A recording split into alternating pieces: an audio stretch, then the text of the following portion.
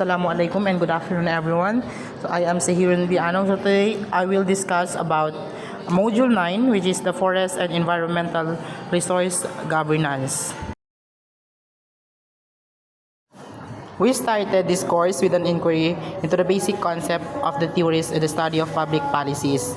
Many disciplinary bias of political scientists was very much evident in treatment of this course.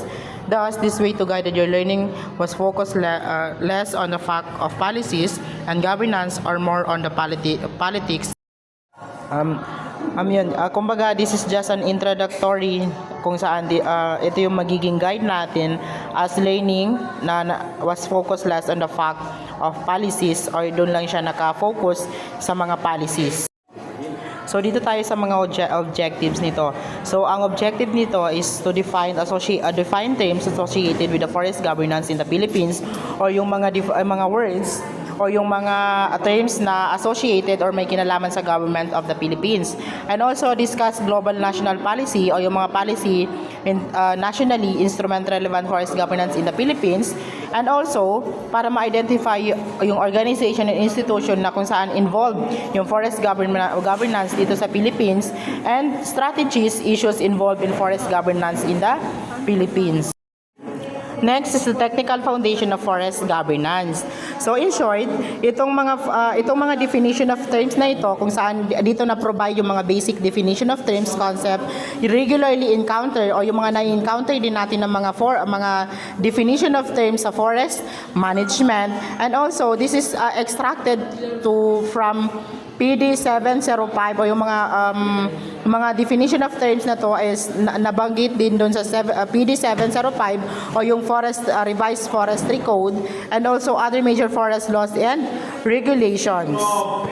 Agroforestry is a suitable management form in which increase overall production combines agricultural crops. So in short, si agroforestry, it is intended to production combines yung mga agricultural crops, trees, crops, and forest plants, animals, kung saan it is apply management practices that compatible with the cultural patterns of the local population, or ito na yung pinaghalo yung sa agricultural and forestry. So yun siya yung agroforestry is parang combination siya from the word itself, agroforestry.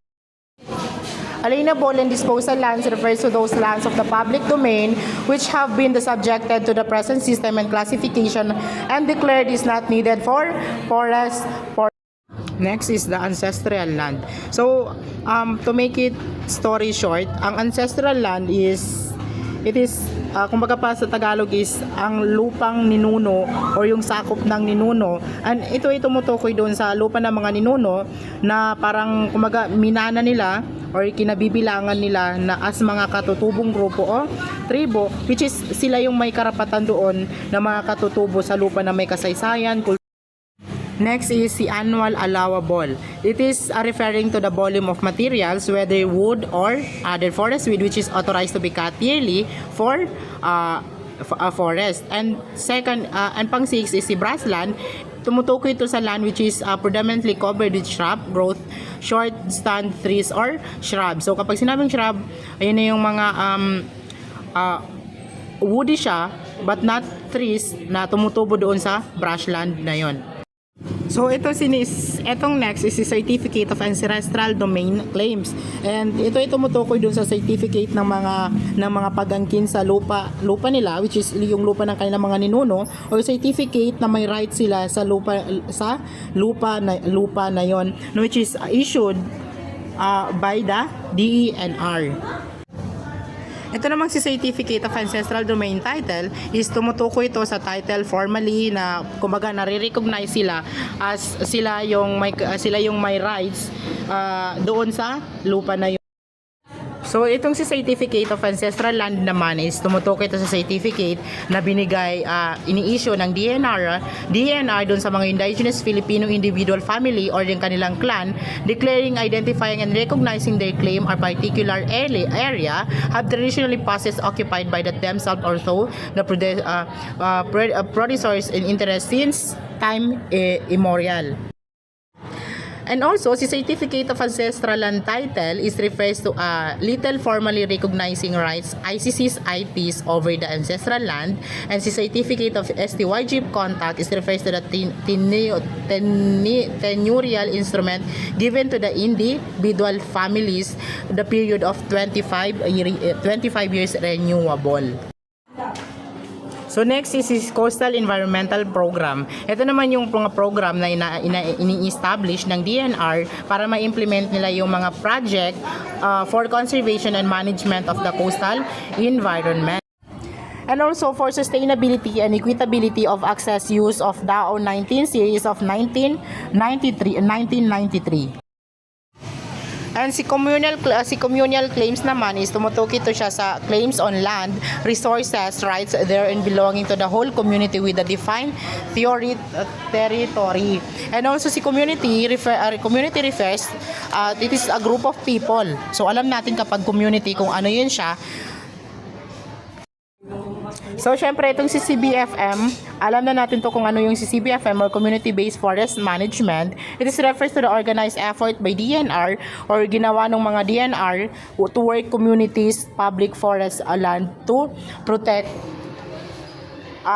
certain forest in certain community. The next is customary laws. It is referred to a body of written and unwritten rules, usage, custom practices traditionally, continually recognized, accepted, and observed by respective ICCs or yung mga IPs. Si critical watershed is a drainage area of a river system supporting existing proposed hydroelectric power irrigation or yung mga irrigation, domestic water facilities needing immediate protection or rehabilitation. And also, si cutting cycle is the number of years between two major harvests in the same time working unit or region. So, itong si Dipterocarp Forest, kapag sinabing Dipterocarp Forest, is ito yung mga forest na dominated lang na kung saan mas marami yung nakatanim na dominated lang siya sa trees na mga Dipterocarp species, yung mga lawan, tangili, yung mga lawaan, almond, bagtikan. Kaya nga dominated kasi sila lang yun, kumbaga sila lang yung major species na nandun sa certain area.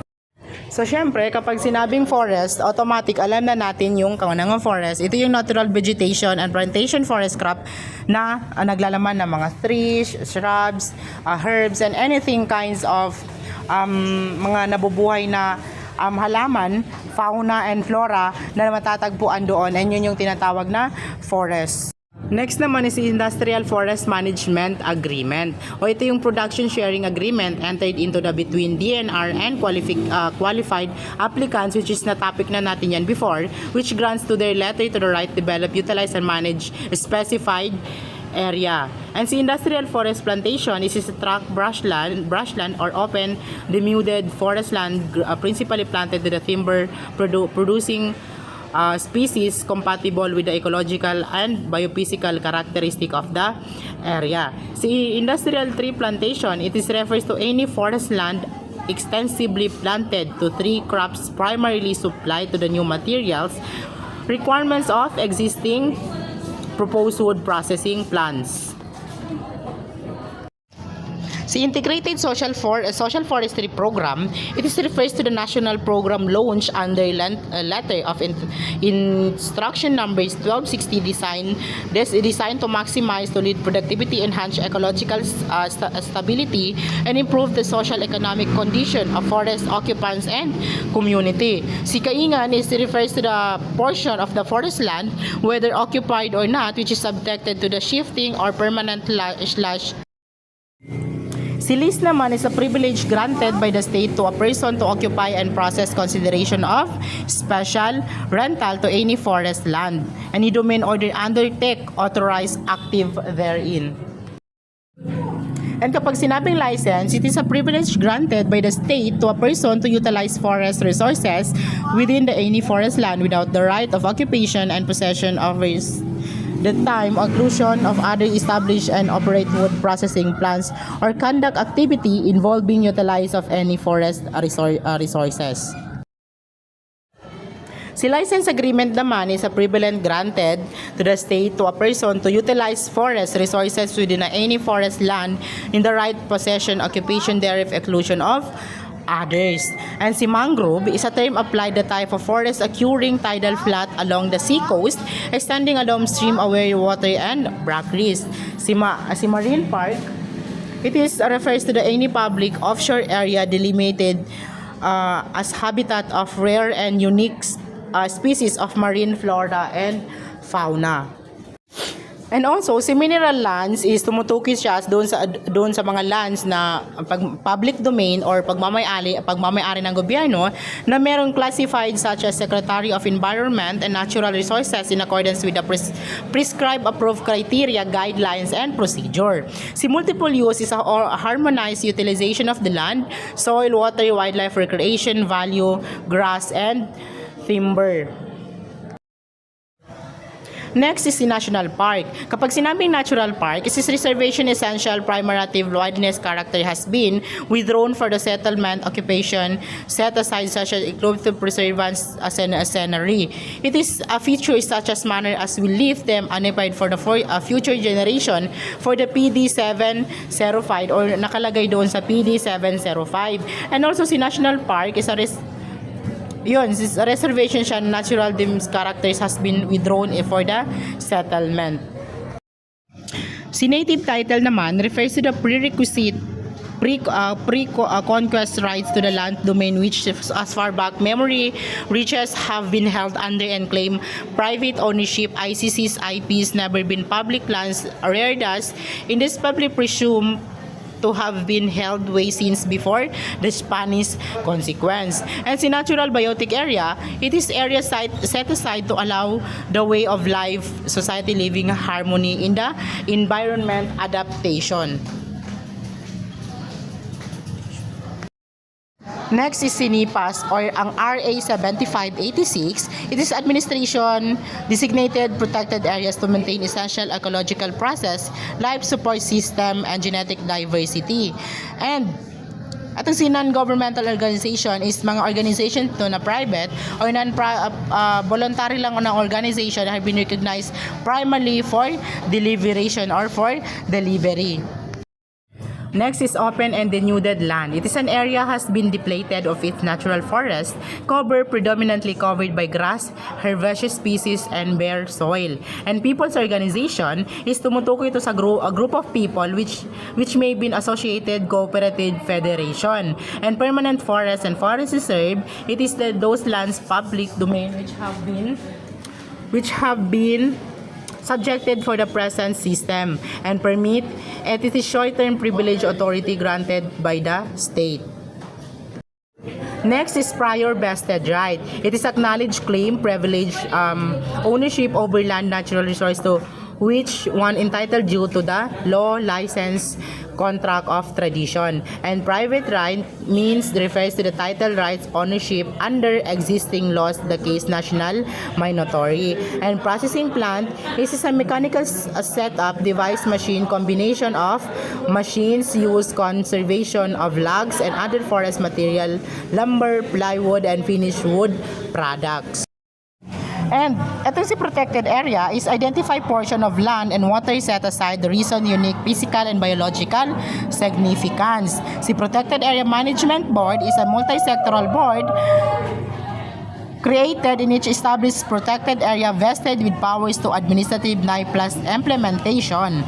And si protection forest, it is all type of forest that under existing laws and regulation may not be utilized for timber production. And si public forest is the mass of lands of public domain which has not been subjected to the present system of classification.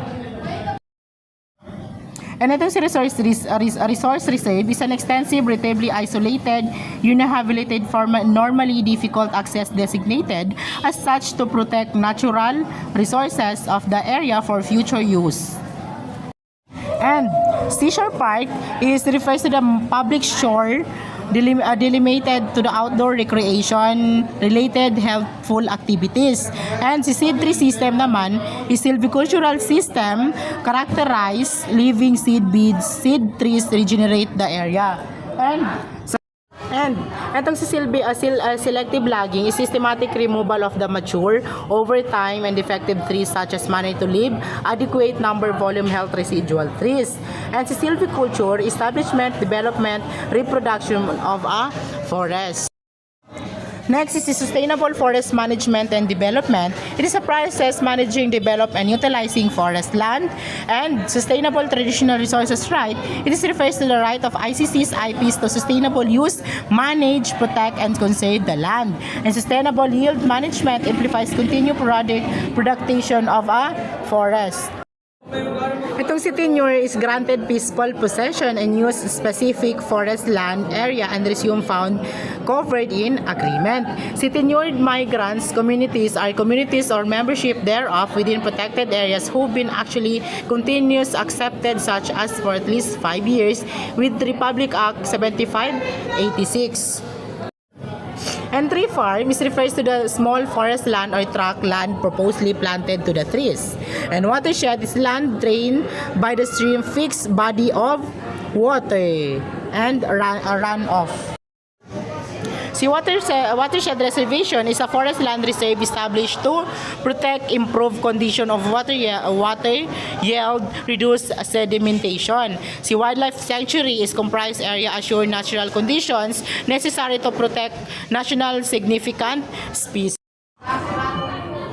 So yun yung report ko, where is the definition of terms na tutulong sa atin para madali lang natin maintindihan. And also, nasabi naman din na lahat ng definition of terms na yon is makikita dun sa PD 705. So in conclusion, this is very much very important for us para mas lalo nating maintindihan yung mga definition of terms na yon. And that's all. Thank you.